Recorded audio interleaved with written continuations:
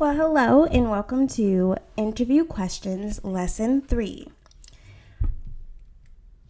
In this lesson, you will learn interview questions, how to answer them. We will go over the SMART answers ruling, and we will learn how to think on your feet. So, what are SMART goals? SMART goals are specific, measurable, attainable. They are realistic and results driven, and they are time based. So when you use this method, you prevent yourself from rambling on.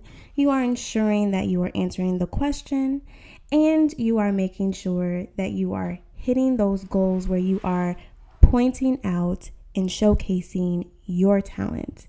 Remember, when you're answering any of these goals, even if it is a team, you are the only one interviewing. Therefore, this is a me answer. So, some of the questions that you need to know are, tell me about yourself.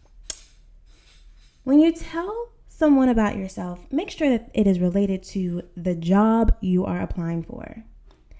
Some things that are good answers are self-motivated, an individual who likes setting goals and meeting them, goal-oriented individual that is constantly leading the pack, saying that you have a student mentality towards new products or new innovations. That equals that you are a good learner, receptive to criticism, and a teachable candidate.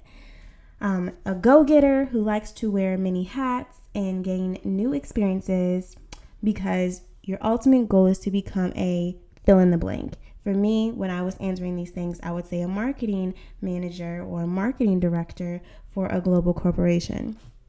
Therefore, it kind of made sense why my jobs were a little bit different, but they were still under the same field.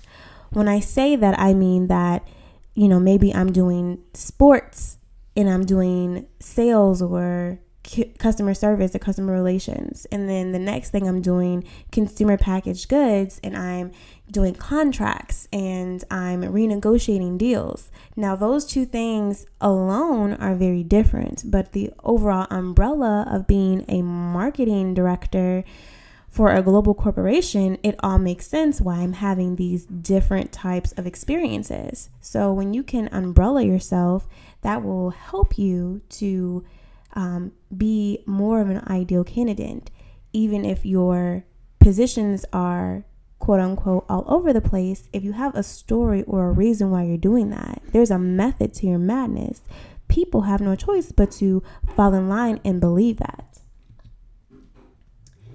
Now, when you say, tell me about yourself, you want to be specific towards the job you were talking about. You want to talk about why you want to talk about where you are and why you are excited about the job.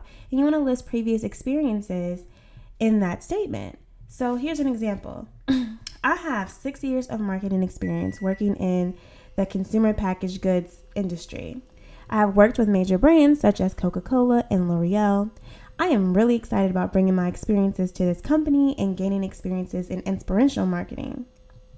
I'm excited about this company as I am looking to grow within the company, and I researched that you have a reputation for promoting within.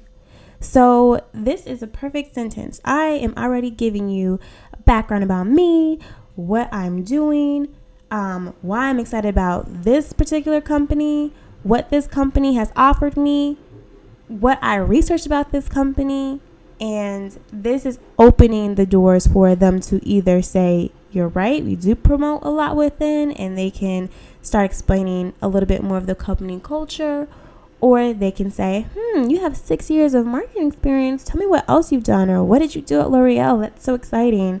You're just kind of opening it, but you have this packed down. You're not stuttering. You're not stumbling. You know what you're going to say. It's a couple sentences. It's guiding people from who you are and why you are perfect for this job.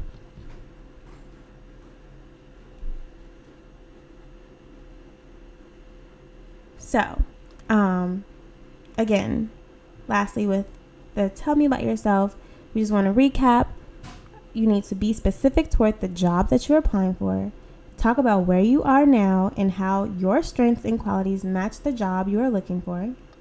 Don't ramble. Don't talk down on yourself, your skills or experiences.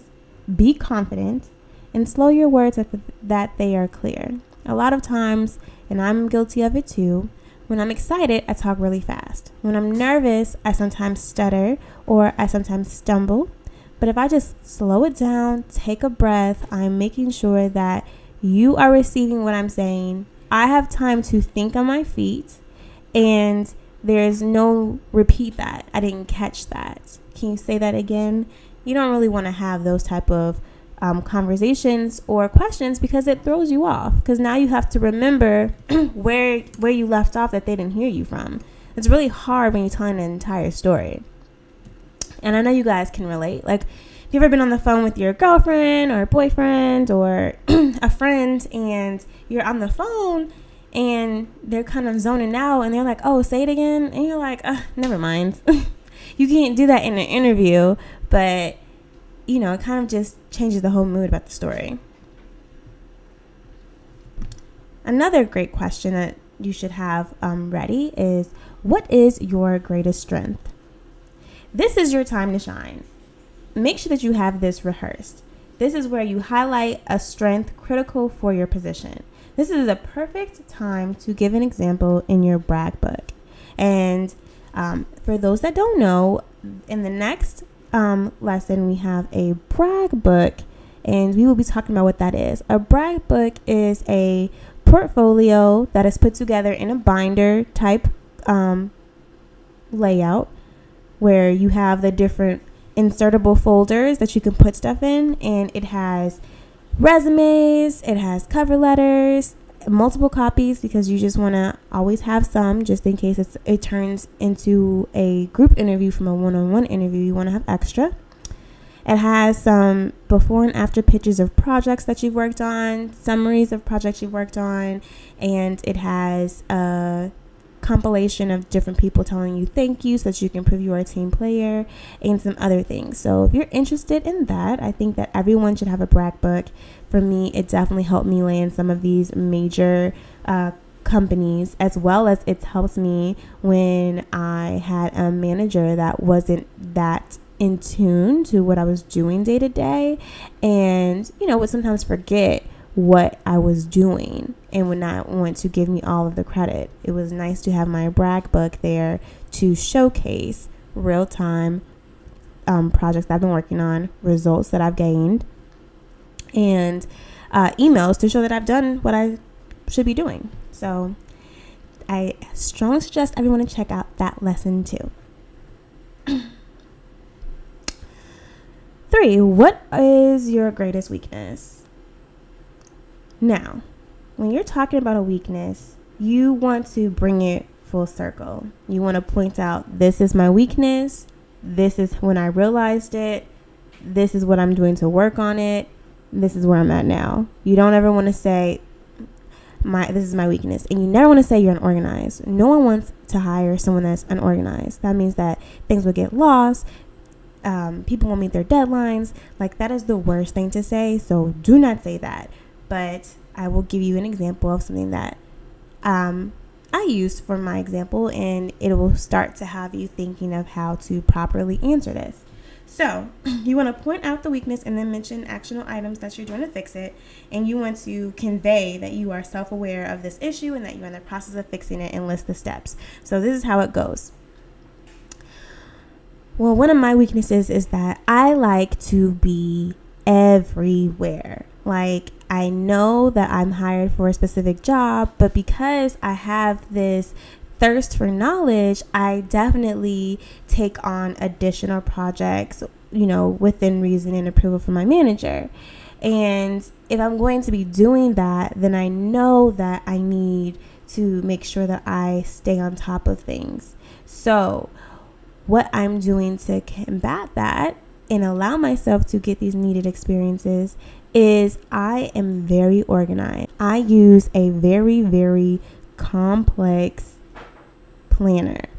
And what that planner does is it allows me to plan my day by the hour, and I'm able to, one, make sure that my items that are necessary for my position are being fulfilled, but I also am able to take on additional work and do it very well. So you see, my issue is I'm a busybody and I like to be everywhere all the time. What I'm doing to combat that is I am also very, very organized. That's one of my skill highlights. I'm very organized, and because I'm able to do these things successfully. So get to thinking about what you would want to do as far as your weakness and what you're doing to combat that.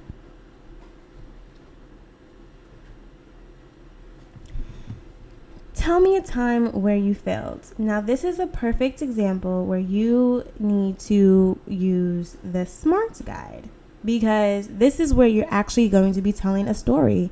You're going back in time to a specific time frame and you're telling them when you failed. Now, you want to make sure that you are not rambling, and you want to make sure that you use the SMART goal so that you come out on top. You want to explain the situation. You want to point out how you fix the situation by giving measurable and attainable goals or items that you've used, and then you want to point out the results to make sure that you showcase that you shined. And you want to show a time frame so that we can get together the idea story. Was this an issue where you failed over a multiple time frames of 6 months? Was it a project that you worked on all year and it didn't go well? Was this something where you had a bad day? What happened?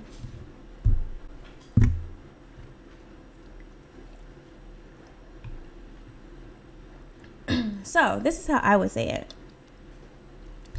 I would say I'll give two examples. The first example is when I was in college.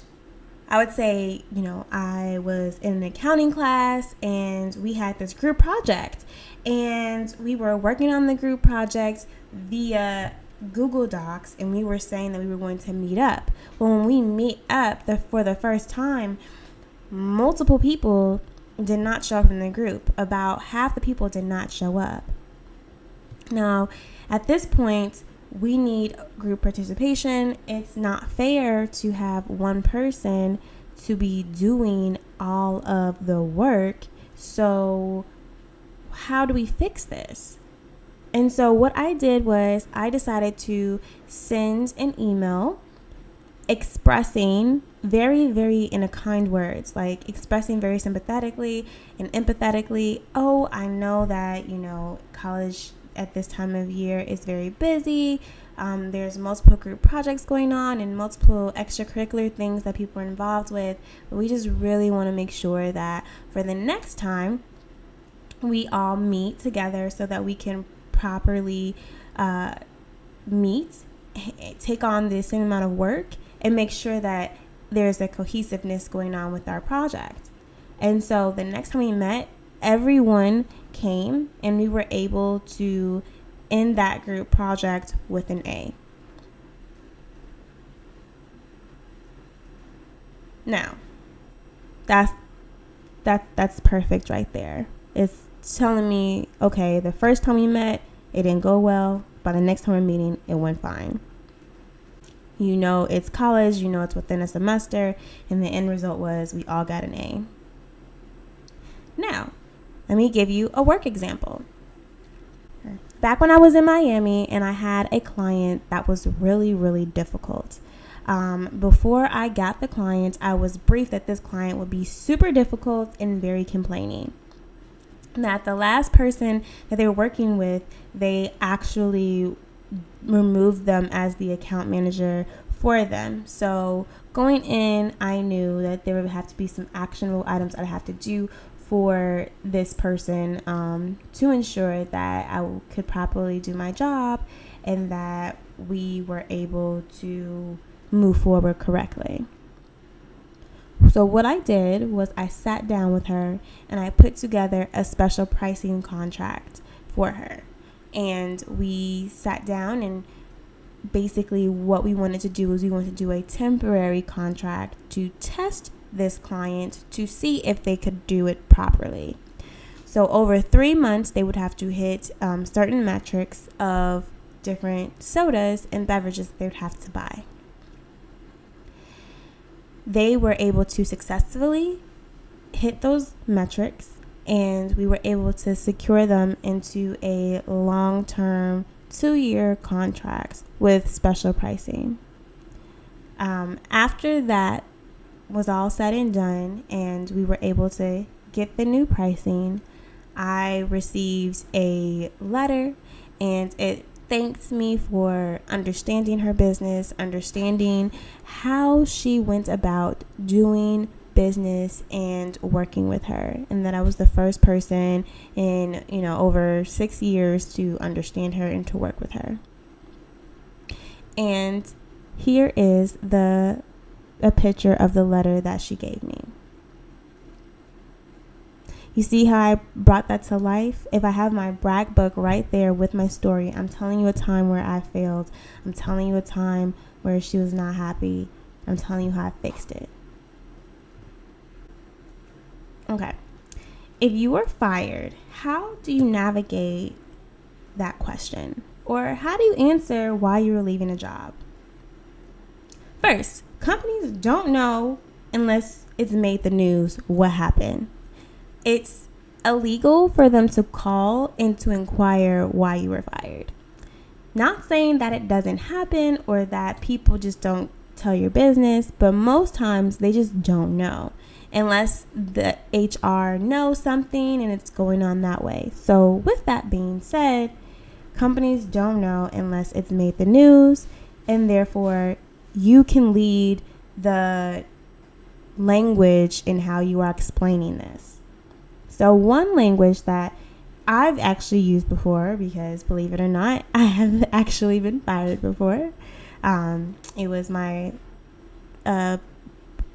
job right out of college. It was an internship, and I did not like it. So before I was actually let go, I went to the National Black MBA conference and was able to secure a job with Coca-Cola. So I was only out for 1 month during that transition period, and during that time I just did temp work underneath my friend. So with that being said, I have actually used this before, and it worked for me. So now I'm giving it to you. So you can say, I've decided to explore other opportunities because I need another experience to reach my ultimate goal, which is become a marketing director of a large corporation. Again, it makes sense when you're flip-flopping or changing directions, when you want to be an ultimate goal and you need multiple experiences for that role. Or if they do know, and so there's no getting around it, you can briefly touch on the fact that, yes, I was let go, but I am bringing, X, Y, and Z experiences. I have also, expanded my maturity level tenfold from the time that I started that company to the time I left. And I've learned so much from the department, and I plan to be bringing, top level professionalism, a lot of marketing strategy experience, and a goal setting, go-getter mentality for this position. So, we briefly touched on it, but we turned it around. But most times you're probably going to go with option A1 versus option A2. But if you do, just make sure that you are controlling the language. You are controlling the direction of the interview, and you are always leaving on a positive note. And here are some questions that I want you guys to prepare for, because these are some of the most well-known or most talked about questions. So 1, do you have any questions for us? Please make sure that you have a question for the company.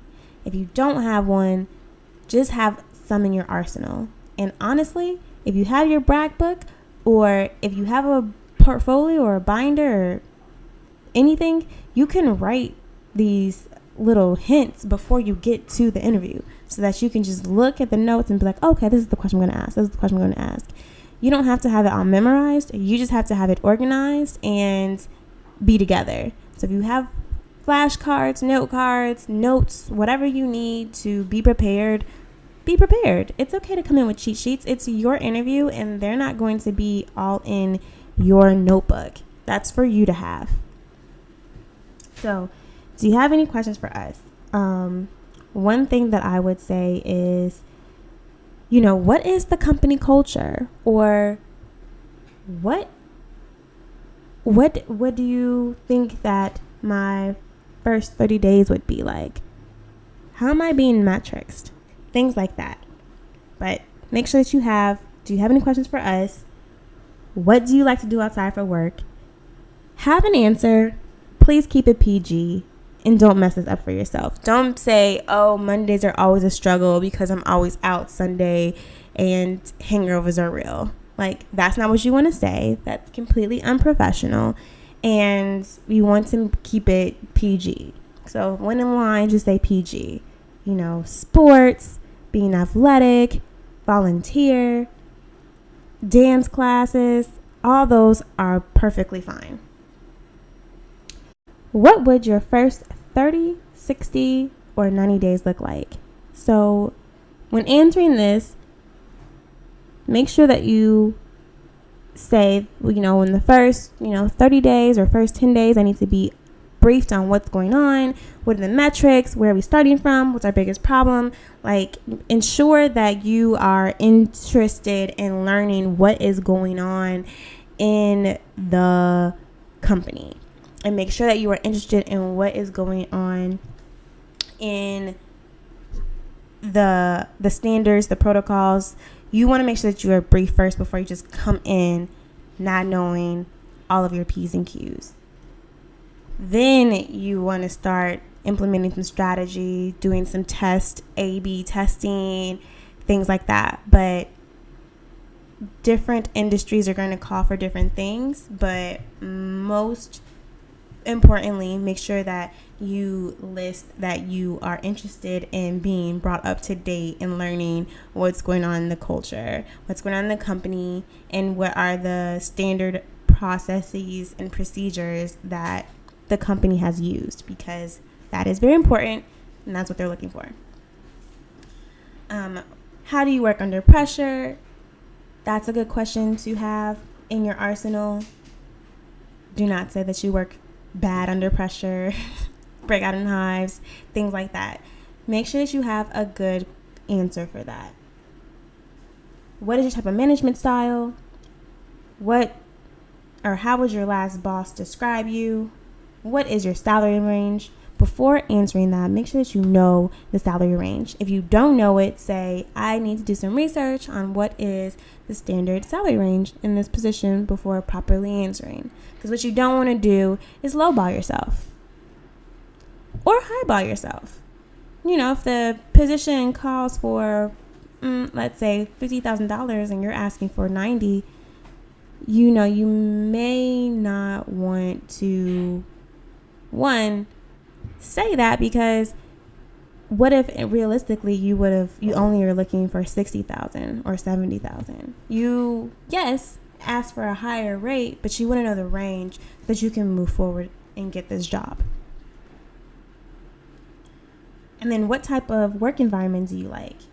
The answer should be the type of work environment that the company you are applying to has. If you do not know the company environment, research before you go to the interview.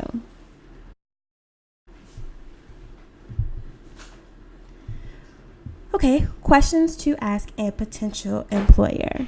So, when they say, do you have any questions for us? I am giving you an arsenal so that you will be able to confidently say yes.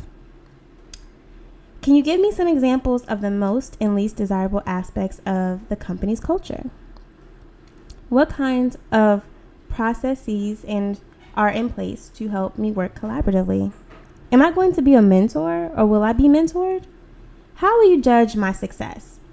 What will have happened 6 months from now that will demonstrate that I have met your expectations? I love the last one because when you're in an interview, sometimes they make the job, or all the time, they make the job so pretty, so fun, so fluffy, because they want you to say yes. But if you are able to get these metrics, you're able to really understand what you have to do, what are your expectations, and you can see if this works for you, how you will have to plan your days to hit these specific goals. All right, now we're going to talk about negotiation help. So, negotiation help, there are a few things that I want to go over. There are a lot of online resources that we have available to you. The main one is called Glassdoor, and Glassdoor is a great resource for interview help. So on Glassdoor, they show salary requirements, salary range, additional help. Sometimes they even show trick interview questions that will be on there. And they also show some of the pros and cons for the company. So you can do your research there.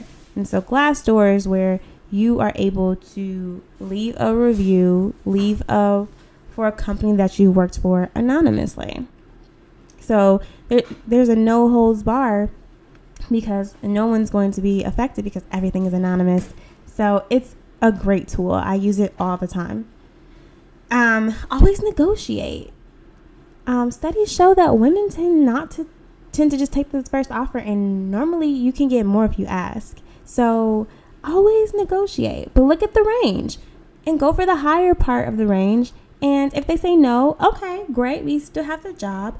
But if they say yes, great, now you get more money and you get to start, because most corporations, especially large ones, once you start and you do well year over year, you'll get a promotion, but sometimes you'll also get a internal calculation. So the higher you start, the better off you are, because the higher you get to climb.